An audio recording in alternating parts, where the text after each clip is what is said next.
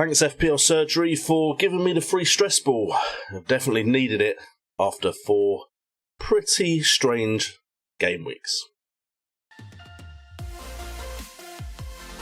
What is up, guys? I hope you're having a great Monday and welcome to the team selection video for Game Week 5 here on FPL Today. If you're excited for the return of the Premier League after the international break, please make sure to hit that like button and subscribe to the channel. It helps me out massively, and let's get straight on into the video. So Game Week 4 pretty much followed the trend of what has been a very strange start to the Premier League season, with teams not necessarily performing how we expect them to, and some teams really overperforming, and points not being that predictable to guess for us FPL pundits. I suppose you could call me an FPL pundit. I mean, with 1.5 million rank, I'm not sure I am, but it's getting difficult to figure out where the points are going to come from. Hopefully in this video we will help you out with that, but quickly we will go over how I did in Game Week 4 before we look on to Game Week 5. So we start off with who actually did anything for me in Game Week 4, and that was Sice, managing to get a clean sheet against Fulham. I mean, that's to be expected, to be honest. They don't look that good, do Fulham, and Wolves are meant to be defensively solid, although right now I'm not sure there is anyone that's defensively solid, and Sice almost seems like a bit of a luxury, because I could just buy a 4.5 million defender and hope for the clean sheets anyway. We did have Calvert-Lewin, Mr. Consistency, getting another goal. That's 4 game weeks in a row, and Calvert-Lewin is probably one of my few picks that I got right at the beginning of the season that I got spot on. And to be fair, it was a call I made pretty last minute as well after the James Rodriguez, Allen and Doucouré signings, because I thought that could really change the way Everton play. And then Mohamed Salah did manage to get some points on the scoreboard, 13 points. However, Aston Villa beat Liverpool 7-2. Yes, 7-2. It's still shocking, and it's almost a week after that's happened. But that is literally the only players that managed to get me any points of note, because if we go on to the defence, Lamptey didn't get me any points and is a bit of an injury risk going into Game Week 5, although he's had that kind of concern over him for previous game weeks and has got me some penalties and does look very threatening going forward. Martinez, I wasn't expecting much from him against Liverpool. He only conceded 2 goals, managed to get 3 points, and Aston Villa actually look a lot better than I imagined they would, so I'm quite happy that I went in on Martinez early, because I imagine he's going to rise in price. And then Trent, -1. That's not what you want from a £7.5 million defender, and I have been very tempted to go to Robertson, but I think there's some other fires I need to fix on my team, and defensive transfers aren't really that exciting. We move on to the midfielders, and Foden, Podence and De Bruyne all managed to get no returns. De Bruyne on 4 points because he was the captain, and that was doubled to 4. Podence getting the clean sheet point, but not really what I was hoping for when I doubled up on Man City midfield and when I brought Podence in. And then looking at the forwards, we've got Timo Werner and Danny Ings, 2 points apiece. Danny Ings, in a game where Southampton won and got 2 goals, wasn't involved in any of the goals. Of course, the first 3 game weeks, he was involved in all of the goals. So that just seems to be the luck of most FPL managers that at least do content at the moment on Twitter, YouTube, and on the World Wide Web. And Werner, I stuck with him for another game week. That's 4 game weeks in a row now with disappointing returns. It's probably time to move him on, but it's Southampton next. They might play a high line. Who knows?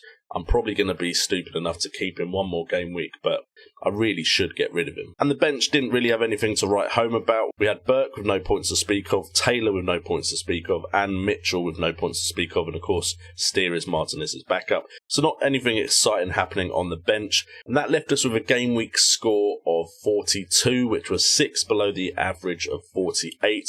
We're now on 219 points, putting us at 1.5 million odd, 44,320 if you want to be specific, and that is really disappointing after what was a great start in Game Week 1 when I was around the top 200k, so we've got some clawing back to do. So we move on to the players at risk, and to be fair, it's still Timo Werner because I didn't get him out the side after the last video. I went with Martial out instead for Danny Ings, which did seem to pay off, because Martial, of course, went and got sent off. However, I was a little bit worried when he first got that assist. Did I see Spurs beating Man United the way they did? No, but Martial just hasn't looked like he's ready to put the kind of performances in he did at the end of last season, so that's why I moved him on instead. Werner, is a player that just seems to do something in games that makes me want to keep him, and I'm sure at some point in the season he will be a good option, but JNO, you should probably get off. I'm talking to myself now. JNO, get rid of Timo Werner. There's not much to add to what I said in my last team selection video. Chelsea still need time to gel. Timo seems to be pushed out wide to fit in Abraham. Key players are still missing, although they should be returning soon, and that will be very interesting to see how that changes things at Chelsea. No goal in 4 game weeks, and there's alternatives like Raul Jimenez, who didn't actually score in Game Week 4, but still have really good fixtures that I could go to, but also the likes of Richarlison after they get past Liverpool, and some decent-looking 6.5 million options, the likes of Wilson, maybe Watkins, and I could, of course, go down to Bamford and change the team structure and get in a heavy hitter in midfield. So, going on to Game Week 5, our team selection consists of Martinez, Saiss, and Trent Alexander-Arnold. My pretty much locked-in defence for probably the foreseeable future, just because I don't want to spend transfers here. Making up the first 3 of the back 4, if you count the goalkeeper. Saiss with Leeds away. Leeds have looked good. It's going to be very interesting to see what Wolves and Leeds game looks like, and it could be a game where Wolves don't have a chance of keeping a clean sheet. Trent against Everton. Again, Everton have looked good as well, so not ideal. And Martinez against Leicester. All away games, so not the greatest start to my current starting 11. And then we have Lamptey being the one I'm probably going to take the risk with against Crystal Palace away. Bit of a derby game here between Brighton and Crystal Palace. However, there is the chance that Taylor does come in with his fixture, but Lamptey just is the more exciting option, and I'm hoping for maybe him winning another penalty, getting an assist. He just seems the more attacking option that's more likely to get me points in a season where clean sheets are at a premium. Then in midfield, of course, the 2 heavy hitters are still there. De Bruyne with Arsenal at home. At least it's finally a home fixture. And Salah with Everton away. Another derby game with Salah with Trent. That could go either way, I think. And I think there could definitely be points there for Salah, because Everton haven't looked like a side that are going to keep clean sheets this season. And of course, De Bruyne, Man City versus Arsenal. Guardiola versus Arteta. It's something that could go either way in my mind. So very interesting to see what happens here. And of course, Podence and Foden making up the rest of my midfield at the moment. Again, Leeds away and Arsenal at home doesn't fill me with confidence. Foden was always someone that I was kind of taking a 2-week punt on to double up on Man City. It's not paid off. So Foden could change to someone else. Plenty of midfielders I am interested in, and we'll get onto that after we see the forwards. And the forwards are Ings, Calvert-Lewin and Werner, of course. Chelsea away, Liverpool at home, Southampton at home. So more home games, at least for my forwards. However, Calvert-Lewin against Liverpool could be a tough fixture. Werner against Southampton. Who knows how that game's going to go, because Chelsea definitely look like they could leak goals, which could allow Ings to get on the score sheet. Or maybe it's just a goal fest, and having Ings and Werner would pay off. Although, let's be fair, Werner's had plenty of time to pay off for me already and hasn't. And that is my starting 11 with the bench consisting of Steer, of course, Taylor with West Bromwich Albion away, which could be who I bring in for Lamptey. Potential I could even bring him in for Trent or Saiss, the way this season is going, but I probably won't. Burke against Fulham at home, although I think there is a little bit of an injury risk with him as well. And then Mitchell with Brighton Hove Albion at home as well. So 2 home fixtures on the bench currently, which isn't what I usually would go for, but I think I've got the best starting 11 on the pitch for potential points. And before we end this video, the type of players I'm looking at bringing in, of course, these are reliant on whether I can get the cash in, is the likes of Tottenham Hotspur's players and Everton players. We'll look at Tottenham Hotspur's first, purely because those 2 sides, Tottenham and Everton, have been the best for creating goal chances and scoring goals in the Premier League in the first 4 game weeks. We have Spurs, of course, first, and it's very clear to see who the best options from Spurs are, with Harry Kane and Heung-min Son having a goal involvement at 75% for Kane and 58% for Heung-min Son. Spurs also have 63 shots on goal this season, which is second in the Premier League. Also inside the box, 46 attempts on goal, which is second in the league. And then there's a lot of firsts there, with shots on target, big chances and goals, as well as XG being highest for Spurs out of any team in the Premier League this season.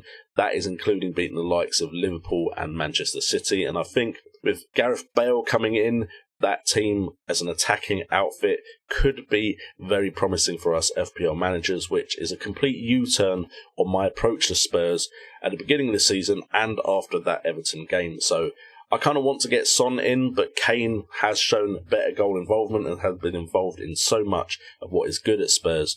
So difficult decisions to be made there. And then, of course, we move on to Everton as well, who have done amazingly well at the beginning of this season. Not as many first and second places for their goal creativity for Everton, but you've got players that are getting involved in the goals that are standing out head and shoulders above the rest. Calvert-Lewin with 50% goal involvement, Rodriguez with 42%, Richarlison with 33%, and Digne with 17%. Shots on goal, we have 53 shots on goal for Everton, which is 6th in the league, with on target at 22, which is 5th, inside the box 36, which is 4th, and big chances 13, which is 3rd. However, goals they're top of the table with the likes of Spurs with 12, and an XG of 8.47 puts them at 3rd best in the league, with them getting plenty of bonus points in the FPL game, with 21 bonus points putting them top of the table, and 222 points for all of their players combined, putting them top in the league for FPL points. So these are the two teams that I'm wanting to get players into for this Premier League season, and hopefully I'm reading this right and I can actually see myself start to climb up in rank in the FPL game. So guys, if you have enjoyed this video, please do make sure to hit that like button and subscribe to the channel so you stay tuned with all of the content here on FPL Today. I've been working hard behind the scenes, and even if I have taken a week off of making videos, I've still been putting the work in, doing the research, and hopefully improving the quality of production on the content on this channel. So in the comments down below, let me know what you think of the new transitions in place, and if there's anything you want me to incorporate here on the FPL Today YouTube channel, and I'll try to get onto that as soon as possible. With all that being said, I've been JNO, this has been FPL Today, and remember, it's all about the game.